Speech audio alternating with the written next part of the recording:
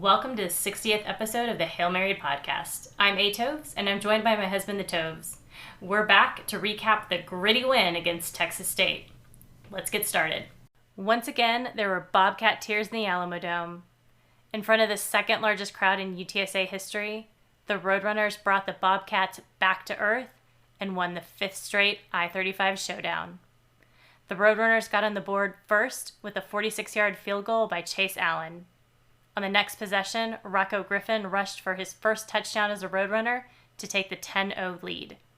Texas State answered back with a rushing touchdown. Then, injuries to Frank Harris, Mekhi Hart, and Brandon Matterson killed the Roadrunner momentum, allowing Texas State to add a field goal to tie the game going into halftime. Frank Harris made a surprising return in the third quarter, and while he certainly wasn't himself, he had a beautiful touchdown pass to Willie McCoy to regain the lead. After Kavorian Barnes had the ball stripped from him in the fourth quarter, the defense held Texas State to just a field goal. The Roadrunners would add another 42-yard field goal in the fourth quarter to secure the win, 20-13. Before we start talking about the game, I know you had a couple of shout-outs you wanted to make. Yeah, absolutely. First of all, Fez Jamil, apparently a listener of ours, didn't know. Glad to have met him post-game. Fez, thank you. We really enjoy hearing that others find what we do good. And it's always great to meet somebody in person that you've interacted with on Twitter and other things. Yeah, absolutely. The other shout out, of course, because one of our best friends, Tony, and his wife Rosie, both Texas State fans. There wasn't any trash talk going back and forth during the week, but I think we were all looking forward to just getting together for this game. And we'll talk a little bit more about the interconnections, but I hope they had fun, and really just wanted to tell them thanks for showing up, thanks for enjoying the game with us. I know you guys lost, but don't fret. Let's get into the thoughts of the game. I'm going to let you start first. Yeah, once again, we expected this offensive showdown, and instead we got a defensive showdown. It's tough to judge things at the beginning of the season. I think last season we thought, we're not going to have any shootouts, and we got shootouts, right? Right. And now this season we're going to get shootouts. Here we are with defensive battles. Right. This is certainly a game, though, I think Texas State is going to want to have back. Absolutely. There was just so many missed opportunities that they had.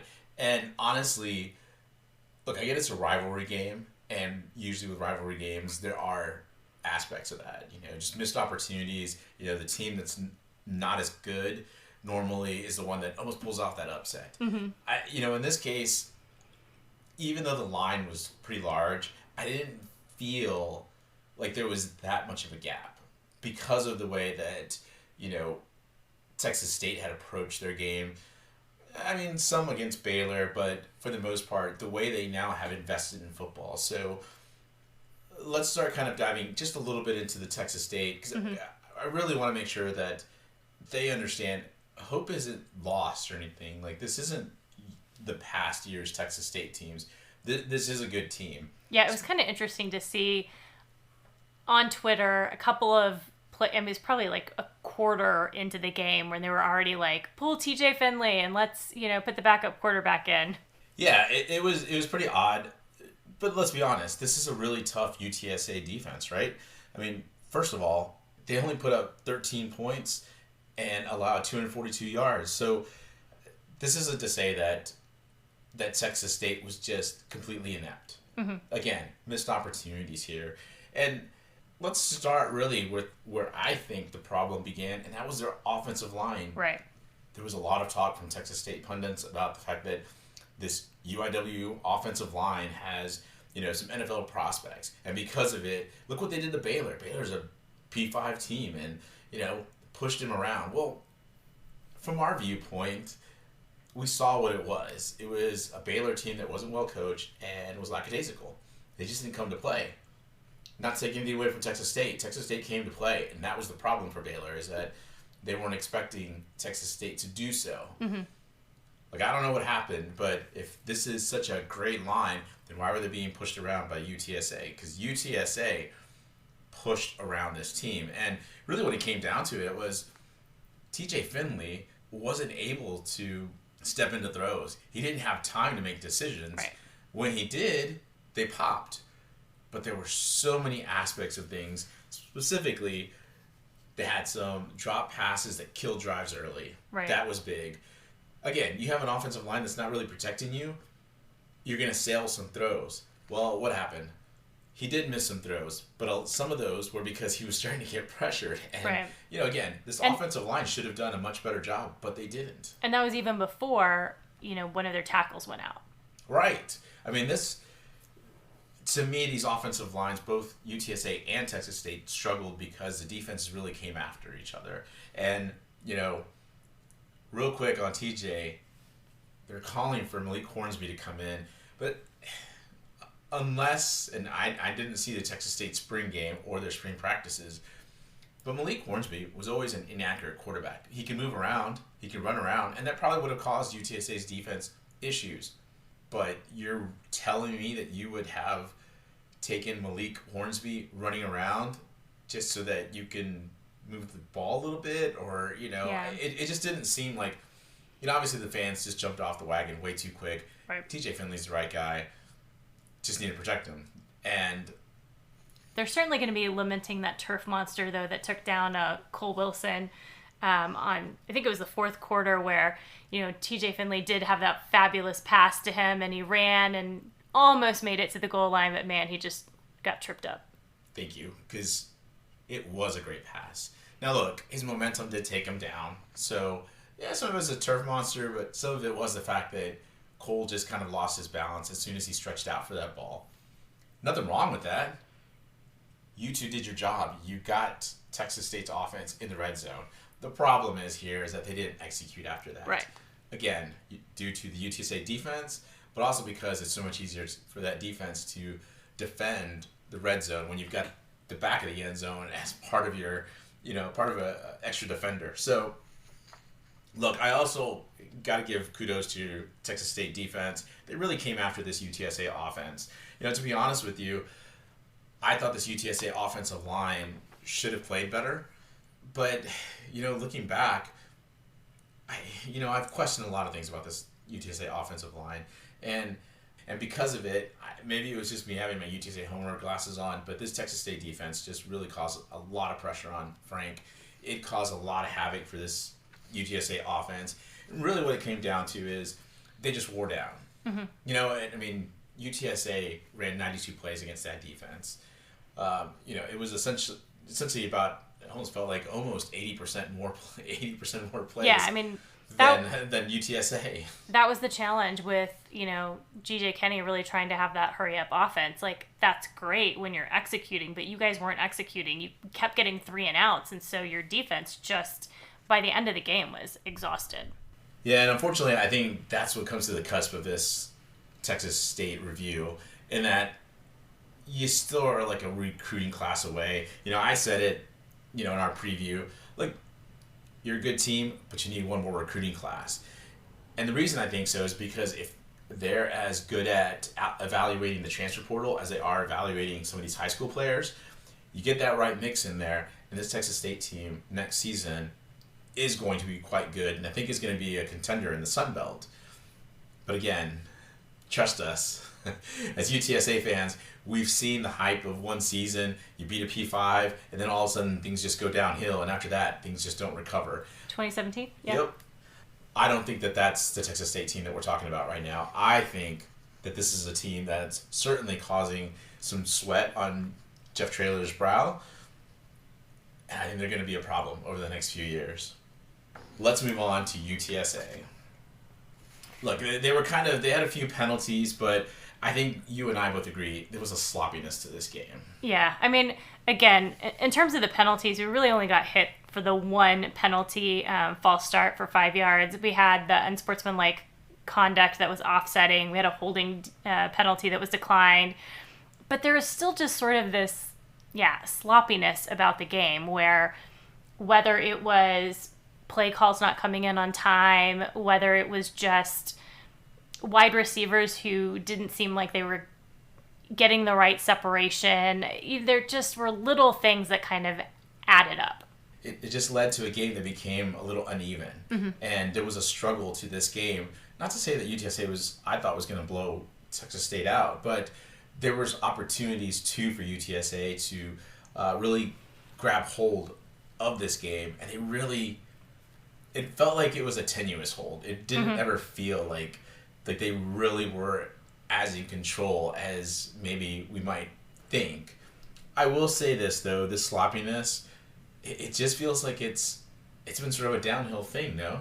Yeah, I mean, when Jeff Traylor came in 2020, he really talked about building his culture, and you saw, this discipline in the team in 2020, and 2021 was probably the pinnacle where you saw the team just so dialed in. Every time they would go into these tough situations, these tough games, they went on that long undefeated stretch, and they just seemed very focused.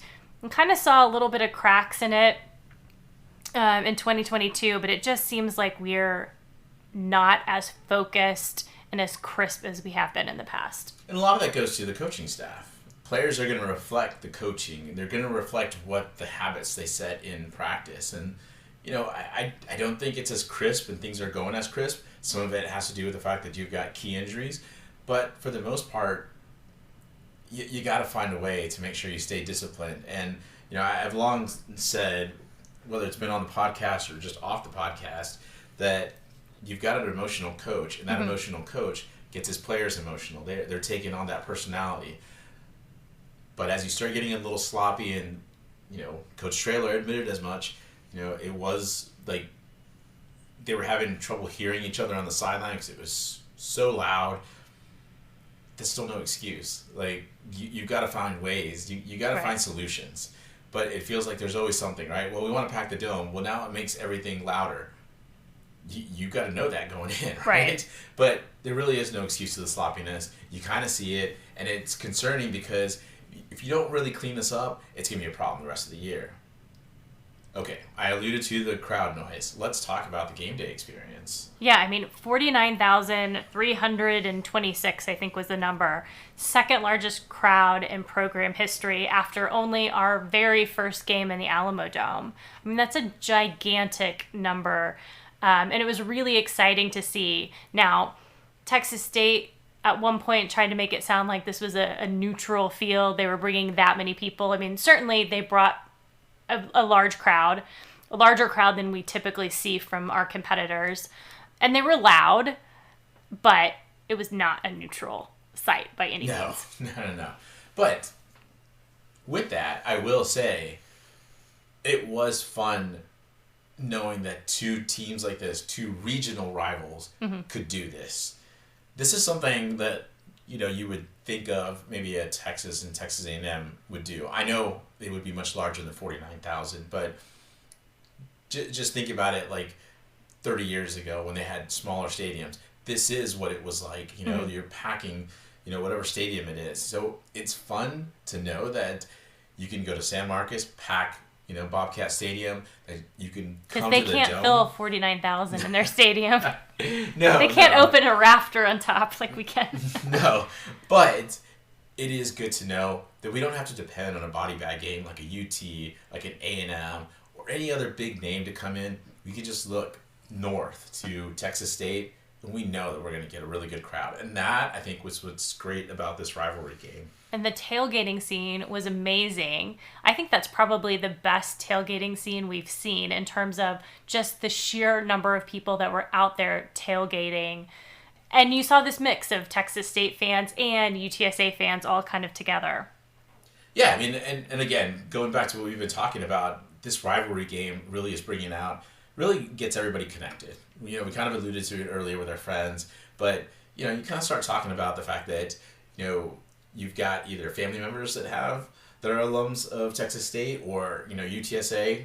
So it's very much the type of rivalry that you do really want to focus on. Right. To me, it feels like something that you should see at like Thanksgiving, because I think that when you're all together anyway, you're getting together for the holidays. Why not get together to go to a Texas State and UTSA game? Yeah. So there's certainly a lot to go with that. However, there is one aspect that you weren't a fan of. Yeah, no, I was not a fan of the joint band, joint Palm Squad appearances. It just felt odd. First of all, this is the 5th time that we've met. Now, granted, the last time we played, it certainly was a little different of a season because we were in the middle of COVID. But we've never done this before in the previous years. I don't know where the decision came from to have this joint band, joint palm routine thing came from, but it was just odd. I mean, this is a rivalry. The results on the field perhaps don't spell that out in terms of football, but Texas State is a rival in basketball, in volleyball, in soccer, and, you know, all these other sports. So you don't get on the field and do a joint practice and have this kind of like we're friends family moment with a rival. Like, you're never going to see the Texas A&M Fighting Aggie marching band and the, you know, Texas band on the field at the same time. Like, that would never happen. So, though I would like to see, you know, the yell leaders get together with cheerleaders. I think that would be a scene, wouldn't it? Like, that would certainly be fascinating. But I get it. I mean, you know, for me, I didn't really care because I was much more stuck on the game. In fact, that there was some lulls and there were some things that just kind of, it was difficult to really kind of get through the game due to some, you know, due to some injuries, due to some, you know, a lot of commercial breaks. So yeah, so I mean, I had given it a week and I thought that maybe that's what it was. It made it choppy, but essentially Texas State and UTSA being friends on the field and then add the choppiness of the game, it just felt like this game just stretched out. Yeah. And I don't know how you felt necessarily about that. I was going to say, first of all, it fed into the Texas State narrative of this being a neutral site. Like, it's not a neutral site. Right.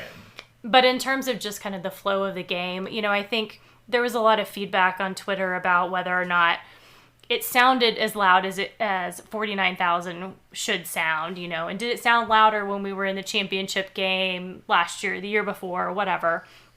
But I think part of it was, A, the flow of the game kind of took the crowd out of it at times. B, this was a grinding defensive battle, and those are not the kind of games that people get super excited about. You know, this isn't the explosive air raid style offense that we've seen in the past. And those are the types of, you know, games where people can get really excited and there's lots of cheering. And, you know, it's like, this is kind of like that, like Iowa Hawkeyes kind of game where, I know. You went there. Where it's not as thrilling for the fans. So I don't know that it was like a problem so much with the crowd, because certainly there were moments where it was really loud. I just think it's the style of the game and the fact that there was like an injury, it seemed like every 5 minutes, or a timeout. Yeah, that's a very good point. All right. Let's start looking at the sides of the ball. Let's start with the special teams. I think that it wasn't as sloppy as, say, game one, but I don't feel like it was necessarily completely corrected. Now, look, I would say in terms of game flow, in terms of what you're talking about returns, it seemed fine. Mm-hmm. But there were personnel running on and off the field, trying to make sure you had the right guys there. And it really feeds into what you had been talking about in terms of being, you know, needing a special teams coordinator. Right, yeah. I mean, there were a couple of times I noticed, particularly when we rewatched the game, that I think it was on punts where they're literally trying to get additional personnel out because we didn't have enough guys on the field. So it was a little frustrating. And honestly, to me, it goes back to, like I said in the preview, when everybody is responsible for special teams, no one is accountable. Right. And to me, that just seemed very evident by not having the right personnel on the field at times and kind of having this sort of confusion. Yeah, and it was unfortunate, right? Because you know that they have worked on it, and you saw, again, some tangible improvement on it. Sure. But I feel like there's going to be other teams that are going to take advantage of that, right? Right. And that, to me, is just something to watch out for. I just never noticed this stuff the last couple of years when we had a special teams coordinator. Right. Still had some issues, but we didn't see this type of disorganization. Again, let's go back to that sloppiness we were talking about, right? Now, there is one thing that you did love about special teams. Yeah, I mean, certainly Chase Allen came out. He'd had an injury last week. He has 2 really key field goals and both over 40 yards. Yeah. So it was great to see him come out and just feel confident. And had I not known that he was injured last week, I wouldn't have been able to tell based on how he kicked. Very good point. That's a very good point because I thought he really put some good oomph on that ball. I mean, none of those kicks seemed like they were going to be short. No, he seemed very comfortable. Yeah. Now, do you want to say condolences to him as his grandmother did pass away last week? So it is good, though, to see him, possibly deal with it by just playing in the game. Mm-hmm. Everybody deals with things differently, but, it's got to be someone smiling down on him if, he was able to make those kicks. So, Chase, our condolences. Thank you for being a bright spot on special teams. Yep. Let's go to the offense. All right. We said some keys to the game here. There was 2 that really are kind of one and the same. It was win in the trenches and establish the run game. Well, we rushed for 54 times, for 158 yards. However, we did give up 5 sacks and really multiple pressures on Frank and Eddie Lee. Another key was for Justin Burke to make Frank comfortable. Well, I think looking at it, Frank's stats will make it deceptively look like that, but I don't know that he necessarily was. But let's talk a few bright spots that you saw. Yeah, I mean, it was really exciting to see 2 of our new players on the team score touchdowns in this game. Rocco Griffin, transfer from Vanderbilt, gets his first rushing touchdown. Willie McCoy, a JUCO transfer, gets his first receiving touchdown. And what a catch that was by Willie. I mean, it almost, if you didn't know that it was Willie, you would have thought it was Josh Cephas, out there, just because he really did a great job and was very aware of his body and how he caught that ball. Absolutely. And then overall, the running backs, I thought, had a great performance. I mean, certainly Kavorian Barnes, we know, is going to be that number 1 receiver. He hit 1,000 career rushing yards during this game. He had a little cocky moment, perhaps, where he fumbled the ball, but it was really great, I thought, to see Robert Henry out there. He looked really fast. And, of course, we've already talked about Rocco Griffin getting his first touchdown, but kind of hoping that we see a little bit more of those other 2 running backs. And like I said before, how exciting is it that we can talk about having 3 really talented running backs on the field, all healthy at the same time? Absolutely great. I mean, you're right. I like the way you talked about these running backs because I felt the same way. I felt there was that Rocco got kind of the shaft last week because it felt like he was handed off the ball and he really had nowhere to go. He essentially was just hold on to the ball, Rocco, because you're about to get hit immediately. So it was good to see him turn the corner and wow, I mean, it was such a great corner that he took because 20-yard touchdown was absolutely pretty. Robert Henry, I like the way you put it with him because he did look, there was just this juice that all of a sudden you saw and wow, it was, I mean, they're going to be fun to watch and I think based on some of the play calling and things that we're going to have to adjust, that I think we'll see more of them. Sure.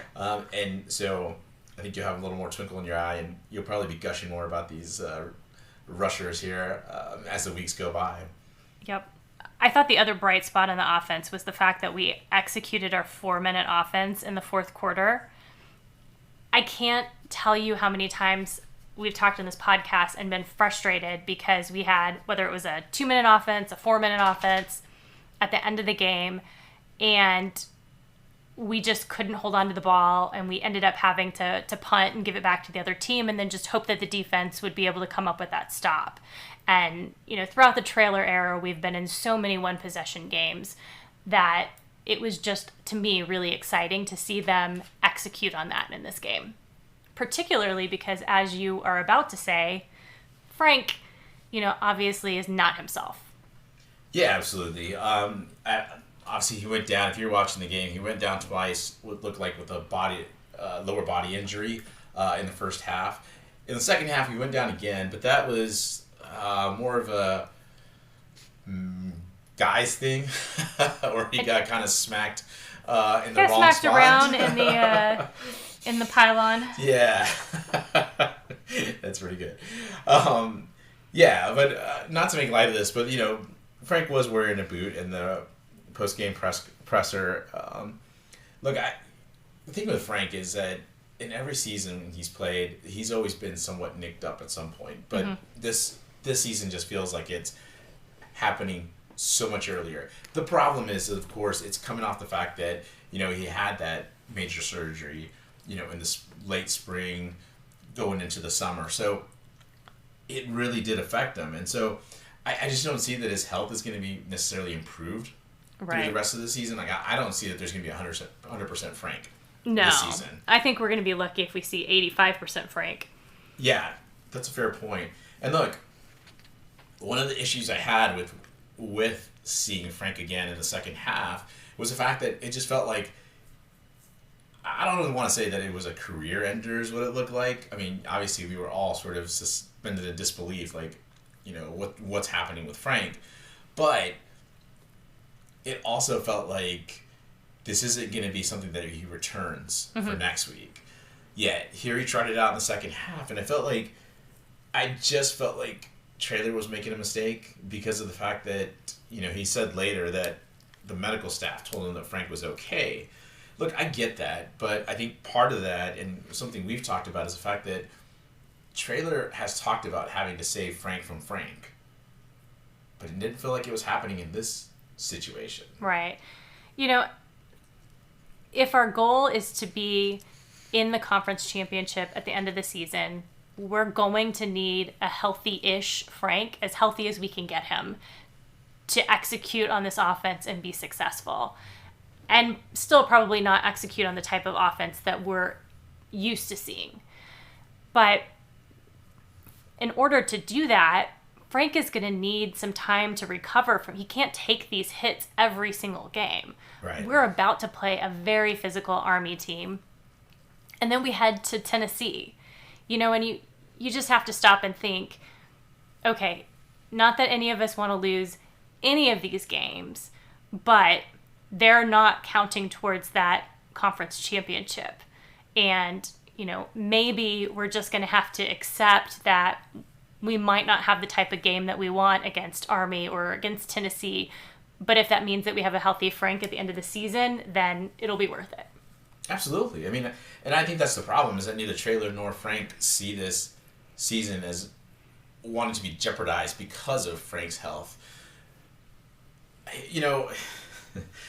I communicated it really poorly last week. I was trying to say that every game here in college football is magnified because every game does matter, right? Like there is something to that. But it matters if you think you can get to the New Year's Six Bowl. Right. Once we lost to Houston, I felt like that was out the door. It's just not something that was going to be realistic. Now, like you said, there is still another goal. There's the goal of the conference championship game. It's something that we can still strive towards. But that's where I think that in order to get a much healthier Frank Harris, we both talked about it away from the pod, but we think that it's best to put him on the sideline for the next 2 weeks and then bring him back for Temple. Yeah, at a minimum, the Tennessee game. Absolutely. I mean, I just don't see that you're going to necessarily improve on whatever injury that is, and you're going to get such a limited Frank that it's just really not going to be worth it. Right. All right, well, let's go to how Frank's injury affects play calling, because that is a problem. I still don't think that Justin Burke and Frank are meshing well. There was a lot of talk about sort of these West Coast concepts that, Burke and Stein had taught Traylor last season, yet here we are. It doesn't look like that's what Burke is actually calling. If Burke was, once Texas State was absolutely coming full blitz on Frank, it should have been slant, throws across the middle. Mm-hmm. That's how you attack a blitzing defense. But we weren't seeing that, and that falls under the offensive coordinator. And then we talk about execution in terms of offense. Look, I get that Burke is probably calling on the same base plays that we have over the last few years, but if they're not being executed, that's still on Justin Burke. Right. This offense is under his purview. So no matter how you want to see it, Justin Burke right now feels like a liability. I said every game just a few minutes ago about Frank and Traylor was that these are magnified. We're now 3 games into Justin Burke calling plays. That's a quarter of a college football season. To this point, I'm not impressed with what I've seen because he's not getting, to me, the best out of his players. He's not putting Frank in a great position, and we're not really seeing the steps need to be made. Mm-hmm. Now, one of the problems, though, is that Frank isn't healthy. So he didn't get to play in the spring. He didn't get to play in the summer, which meant that he didn't get a chance to establish a relationship with some of these young wide receivers. Right. Therein lies the problem, right? We've now come to the core of, we've got essentially a root cause to why this offense is running, because Frank is just not healthy, right? But Berg and Traylor have to make a decision. Do you play Frank? And then how do you scheme around his injuries? Yeah, I mean, we've said it before. There are less talented quarterbacks than Frank that are out there that are in successful teams. And it's because the offensive coordinator has been able to build that scheme around him. And that's what we're going to have to do. You know, we're going to have to make adjustments to our offense so that we can put Frank in the best possible scenario. Right. And some of that also means that, again, with these West Coast concepts is getting the ball out quickly. Mm-hmm. That's another thing with, when you're getting blitzed. Get that ball out quick, because you get it out quick, now all of a sudden the defense is starting to chase instead of being the aggressor there. So, for me, there are two things going on here. Obviously, like I said, there's the problem with Frank's health, which he's overcompensating at times by staring down at his favorite receivers, Oscar and Josh, a little too much, and then forcing it there because he just doesn't have the trust with these other younger receivers. But there's also the problem of we're just not putting the plays in that really are needed to. And, again, this sloppiness on offense, this lack of execution, they've got to see it in practice, because it can't be something that's just all of a sudden a surprise once they come to the game. So, overall, I think there's got to be a lot of work done here on the offensive side.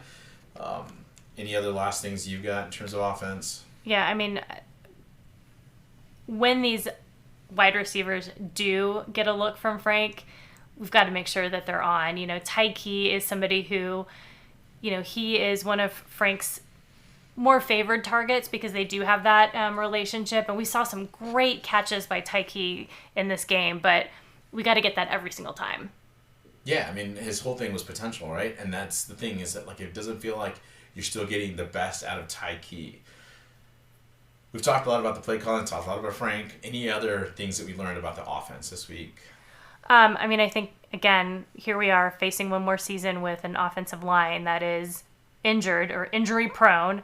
And again, that goes back to, we've got to make sure that we have an offensive line who's going to be able to protect Frank, because he's not going to be as mobile. So that's another place where we're really going to have to make some adjustments here pretty quickly and figure out what we can do to get the right people in the right positions so that they can protect Frank, and that they can, in particular, that they can pass block, because that is really where the lowest PFF scores for this team were. Yeah, the pass blocking was not very good, but when you're essentially having to absorb blitz after blitz after blitz, and your quarterback isn't making the reads quick enough, or if the plays are taking too long to develop, I mean, these offensive linemen also need some help, right? That was a good Texas State front seven. I think if they keep adding pieces, it's gonna get even more dangerous. But I mean, compare that to, I think, the rest of our opponents this season. This might be one of the top defenses we face, but that's also a little worrisome because we're 2 games into the season, and I'm saying might. Yeah. There could be ones that are better, and based on what we've seen from the UTSA offense and the offensive line's health, man, that I think is what worries me more about Frank at this point. All right, let's move into the defense. You talked about some of the keys for the defense, that we needed to have our head on a swivel, plenty of misdirections, isolation created by Texas offense. I mean, I thought the defensive line did an amazing job. They didn't allow Texas State really to dictate to them what the plays were. It seemed like they were really winning that line of scrimmage. Yeah, absolutely. I mean, and I think you put it well. It was UTSA imposing their will on Texas State's offense. And, watching the games from last week, I mean, obviously it's just a 1-game sample, right? That's all it is. but it was always it is a little nervousness coming seeping in because of the fact that you weren't really sure what Kinney was going to do. I mean, I will say there is a base plan to what Kinney and his offensive staff do, but this defense took those things away, and they were searching for answers as well. The problem for them was the fact that they were getting heavily pressured on passing plays, and then their running game wasn't going. So there wasn't a lot happening for them. Obviously, another key in this game was to win the trenches, and I think we already covered that they did. Well, one of the things that you want to see more of, and this key just didn't seem to happen this game, is creating and capitalizing on turnovers. Yeah, I was really hoping that we were going to see TJ Finlay make some mistakes in this game, and that's something that he's been somewhat prone to do, is to throw those interceptions. Sadly, that didn't happen, but hopefully that'll occur later in the season. I think it will. I mean, last season there was this lack of turnovers early in the season, and then all of a sudden they started coming, right? Like we started playing some other teams and we started creating those turnovers. But I think early on this defense has really, really been top notch. They are defending the pass well. They're defending the rush well. It's looking like a historic defense. I mean, they're giving up 288 yards per game. The record in UTSA history books is 287.8 from that 2017 defense. So, I mean, there's still more games to play, and those total yards could rise, but this defense really feels special, and I have to give credit to defensive coordinator Jess Lepp. How do those words taste coming out of your mouth? Like vinegar is what it feels like. I mean, I have dogged him, but again, I'm not afraid to say that I was wrong, and I'm glad I'm wrong. Like, this defense, like I said, is fantastic, and he's called some great games since the CUSA championship game. I mean, we're talking about some tough games. Obviously, you have a conference championship game against North Texas. You have the Troy Cure Bowl game, and then you start out with Houston and Texas State. Really, a Texas State offense that looked like, was going to be really dangerous. Right. And he holds them to 13 points.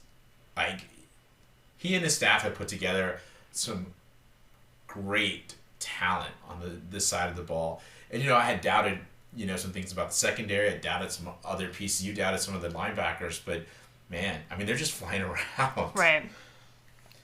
I think we want to talk, though, about some of the guys that did stand out in this game. Like Jamori Robinson had himself a nice game. Nana Onyewu. I just learned how to say your name, and then it feels like he went down with an injury. I hope it's not severe, but man. It didn't look great. Yeah, these two, both Jamori and Nana, really were playing well. I was really excited for them. You know what I'm more excited about? Is the fact that we're not talking about Danye, or we're not talking about Brandon Matterson or some of these other guys. Not to say that they didn't have great games, but it's really fun talking about these new defensive players that have just kind of come up from the depth charts. Yeah, I mean, Trumaine Bell, obviously, he's a vet. He's been around for a number of years. He had an amazing game as well. And then one of the areas where, again, I had a question mark going into the preseason, I had a question mark in the Houston game, was that middle linebacker next to Jamal. And Martavius French and Avery Morris both had really great games. Again, Jamal had a good game, but glad to see these other two guys stepping up and being able to talk about them, because I wasn't really sure how that they were handling that role after the Houston game. And look, one thing that we love on this podcast more than anything is being able to come on here and talk about where we were wrong. Yeah. Now, again, we're only 2 games into the season, but it's hard to believe that their play is going to really fall off over the course of the season. So, really excited for this defense. Gotta say, though, Trey Moore, wow, he's special. Yeah, absolutely. I mean, we're talking about these other players, but it feels like he's helped elevate some of these guys. And they, in return, have really freed up some of these, offensive linemen and running backs away from Trey. And it's given Trey Moore really some one-on-one opportunities that I don't think he's going to have that opportunities later in the season. I think there's probably going to be a lot of chipping. There's going to be a lot of double teams coming his way. But are you really going to tell me that you're going to double team Trey and then let a Jamori come in, or Yeah. I mean, just start naming names. And again, it's also fun to know that we can also learn some new names. Sure. And we'll talk about Army later on, but boy, are they going to be sorry that Trey ended up coming to UTSA instead of Army, because that was his only other school that he had an offer from. Okay. Enough with the Lep love, because I do have one big issue with him. We kind of talked about it in terms of the sloppiness. Some of his defensive calls were really slow coming into the game, and that's just inexcusable at this point in his career. I mean, it's not like this is his first season that he's doing this. And there were plenty of times that you saw the defensive line and some of the linebackers looking to the sideline, waiting for a call, and Texas State was already lined up, and they were ready to hike the ball. Mm-hmm. So, this is just something that you got to understand tempo, you got to understand the flow of the game, and you've got to be ready. I know that there's going to be matchups, but, man, you've got to be set. Like, there's no breaks for the defense. It's not fun for defensive coordinators, but I will say, Lep, you're doing a great job. All right, let's talk about some things we learned about the defense. I mean, just looking over their PFF scores, we had 10 players that had a score above 70, which is above average. I mean, that's just amazing. And again, kind of goes back to your comment earlier that this could be the best defense that we have had at UTSA. Absolutely. I mean, look, we're talking about different names, which speaks to the depth. We're looking at, the record book. It's fun.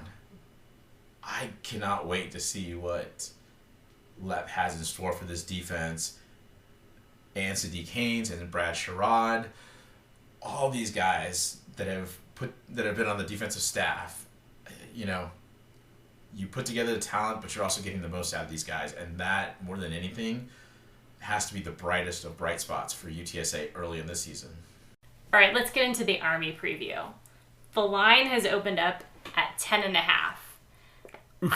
I feel like that is a bit generous for UTSA. Really? I do. I mean, certainly Army has had some struggles, and we're going to talk about that. But so have we. Yeah, that's fair. And traditionally, this has been a tight game with Army. It's been very competitive. So I find that interesting. We'll see how that plays out. This is going to be an interesting game for me personally as well. I have a bunch of coworkers that are going to be coming that are Army fans. So, this is going to be an exciting game for us. So let's get into the Army offense. This year, it's a different look for Army. For those of you who aren't aware, Army has made a change in their offensive scheme. They're moving away from the traditional triple option, where they're under center, to kind of a modified version out of shotgun. The reason for this really comes to changes that have been made by the NCAA in terms of the cut block rules out of tackle. Basically what that means is that the offensive line has to change how they block against the defensive line. So Army this year has a completely different offensive line. These are bigger guys than what you've seen from the Army in the past. The way that they're blocking, again, instead of, you're going to see them kind of standing up and blocking, which is very different. So they've had to learn a different skill set. It's also very different for the quarterback, who has traditionally been under center for Army. Going into a shotgun is a different look. And then they have a new offensive coordinator. They brought in Drew Thatcher from Nebraska Kearney to really help them kind of orchestrate this new look for Army. And you'll hear different people kind of talk about what that means and how dramatic this is really going to be. But basically, you're still going to see a triple option look. It's just out of shotgun, not under center. There's still going to be a run-based offense. Yeah. Bryson Daly is a new quarterback. He's still getting comfortable with his throwing. Again, like I said, you're still going to see a run-based offense. The last 2 games, Bryson Daly has thrown 11 times. In the UTSA game, you're going to see something between 10 to 15 attempts. So not a lot of passing, but certainly more passing than you've seen traditionally from Army. Yeah, I mean, look, I think that it's going to be interesting to actually pin your ears back and pass rush. Mm-hmm. Like, that's just that's going to be a new concept for it. And based on what we've seen, it's not like this Army offense has been inept. It's just had problems finishing drives. Sure. And I think again, it's the offensive coordinator trying to figure out how to continue the concepts they've had before, and figure out how to work that into a red zone offense with a new offensive line and with a quarterback that's getting still getting comfortable, or at least trying to figure out what makes him comfortable when it comes to passing the ball. Because normally it was sort of a fake option, and then they would just it would be like throwing 3 or 4 times a game, but they'd get like 150 yards off of it because they're just throwing bombs. So last year they lit us up. Yeah. So it'll be interesting to see just how things go. Yeah, and this year there's been kind of mixed results from Army's offense when it comes to the passing game. They certainly looked really good against Delaware State. We'll talk more about them in a little bit. But in terms of rushing, Army has returned 57% of their rushing yard production. They have several different running backs that you're going to see: Miles Stewart, Hayden Reed. But right now, Bryson Daly, their quarterback, is currently their leading rusher. Sounds familiar to UTSA fans in that at times we've seen Frank Harris as our leading rusher when he was healthy. So, yeah, you're certainly going to see a lot of quarterback keeps. You're going to see Bryson Daly rushing quite a bit. The 2 wide receivers that have had the most catches in the last couple of games have been Isaiah Alston and Tyson Riley. They both scored touchdowns in the last game. You're going to see some more bubble screens plays that you haven't seen from Army in the past. But one of the things to keep an eye on is their turnovers. They had 5 turnovers in their first game against Louisiana Monroe, 3 fumbles and 2 interceptions. And then against a very weak Delaware State last week, they had 2 fumbles. Defensively, I think you're going to see a stronger unit than their offense. It's been interesting. There's been some uncharacteristic penalties on defense for Army. They had a targeting call in the Louisiana Monroe game. They had a horse collar call in the Delaware State game. There's just aren't things that you typically see from Army, which is kind of interesting and something I think to kind of keep an eye on. Again, overall, not a lot of penalties, but those are big penalties in terms of yardage. Yeah. And again, just not something that's typical from Army because you typically see a very disciplined group. So it'll be interesting to see what happens in this next game. Well, when they played Delaware State, there was a lot of ineptitude on Delaware. Delaware State is a terrible FCS team. Yeah. When you have your running back, actually both their running backs were running the wrong way on handoffs. And then one of the running backs essentially hits their quarterback as he's trying to almost sacked him before he throws essentially like a bubble screen. It was funny yet sad at the same time because those guys are trying hard. That's not how they practice it, but for whatever reason, the calls coming in were confusing these guys. It had some comical moments in the first half. Yeah, and Delaware State's quarterback went down with an injury very early in the game, and not that it looked like it was going to be a great game with the starter in there, but it certainly really unraveled at that point. Well, again, he was handing off to his left, and his running back went right, and then he just essentially gets clobbered by the defensive end. It was, I'm not trying to make light of it, but it was just, it's what you see in movies, right? When things are going bad. It was just bad at Delaware State. Yeah, so it's a little difficult to really get a good gauge on the Army just from these 2 games because, again, you saw them play Louisiana Monroe. They're a good FBS team. They're not a great FBS team. Army held the lead throughout the game to the 4th quarter and then just kind of fell apart. But they certainly didn't have a really strong game offensively. They didn't score a touchdown offensively. No. They scored 1 defensively and then had 2 field goals. They also had a missed field goal. And so when you look at the special teams just overall, you've had a missed 37-yard field goal in the Louisiana Monroe game. And then they missed a 58-yard field goal against Delaware State, which we mentioned was certainly not a tough opponent.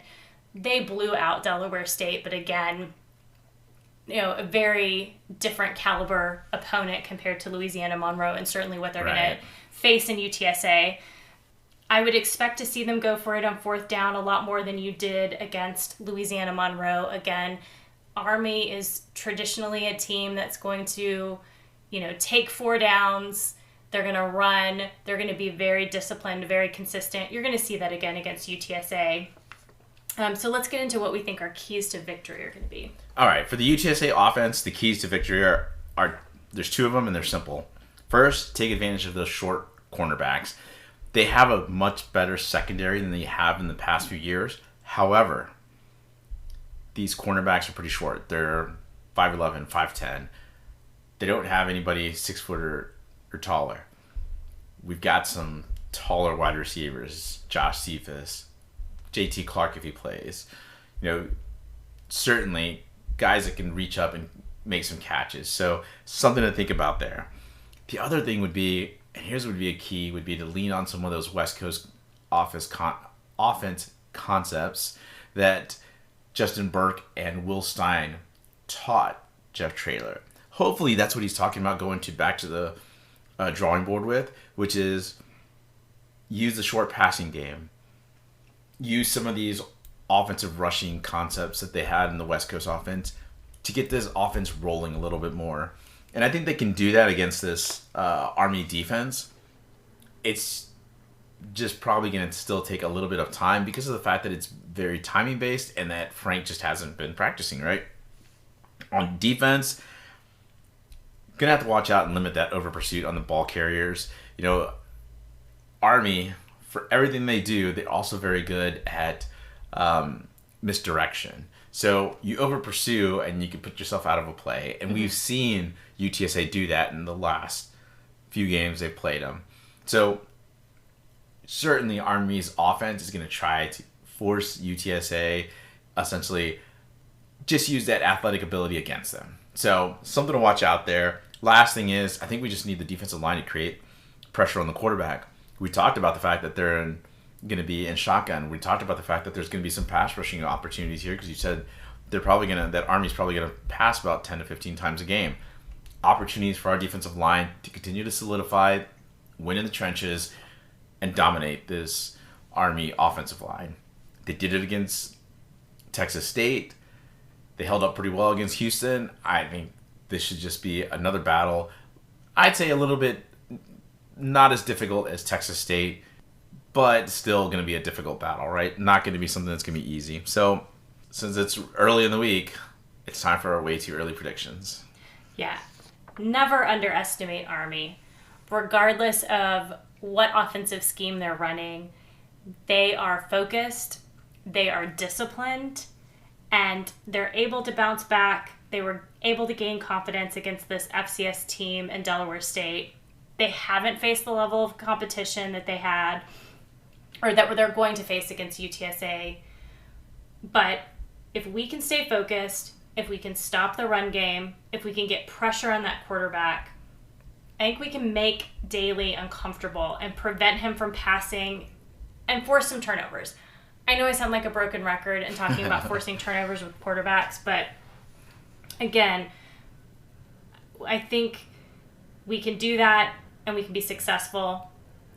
On offense, Burke is going to have to find a different scheme around Frank. Our offensive line is going to need to do a better job protecting him. We've been successful in the run game, so I expect that we're going to do that again. But I think this is going to be a low-scoring, grinded out, not pretty, not exciting kind of game. I think UTSA will be able to pull out the victory, but it's going to be close. So give me UTSA 20 over Army 17. All right. Look, the days of underestimating Army should be over, in my opinion. I mean, this is the third time that Traylor and staff have faced this Army squad. And aside from operating out of the shotgun, I don't think there's much difference from the previous seasons that we've seen them, all right? This UTSA defense is playing as if it's been told they're the worst in the nation. I mean, they are salty. They go out there and they are crushing some opponents. And they've been the key to this UTSA even competing in the first 2 games.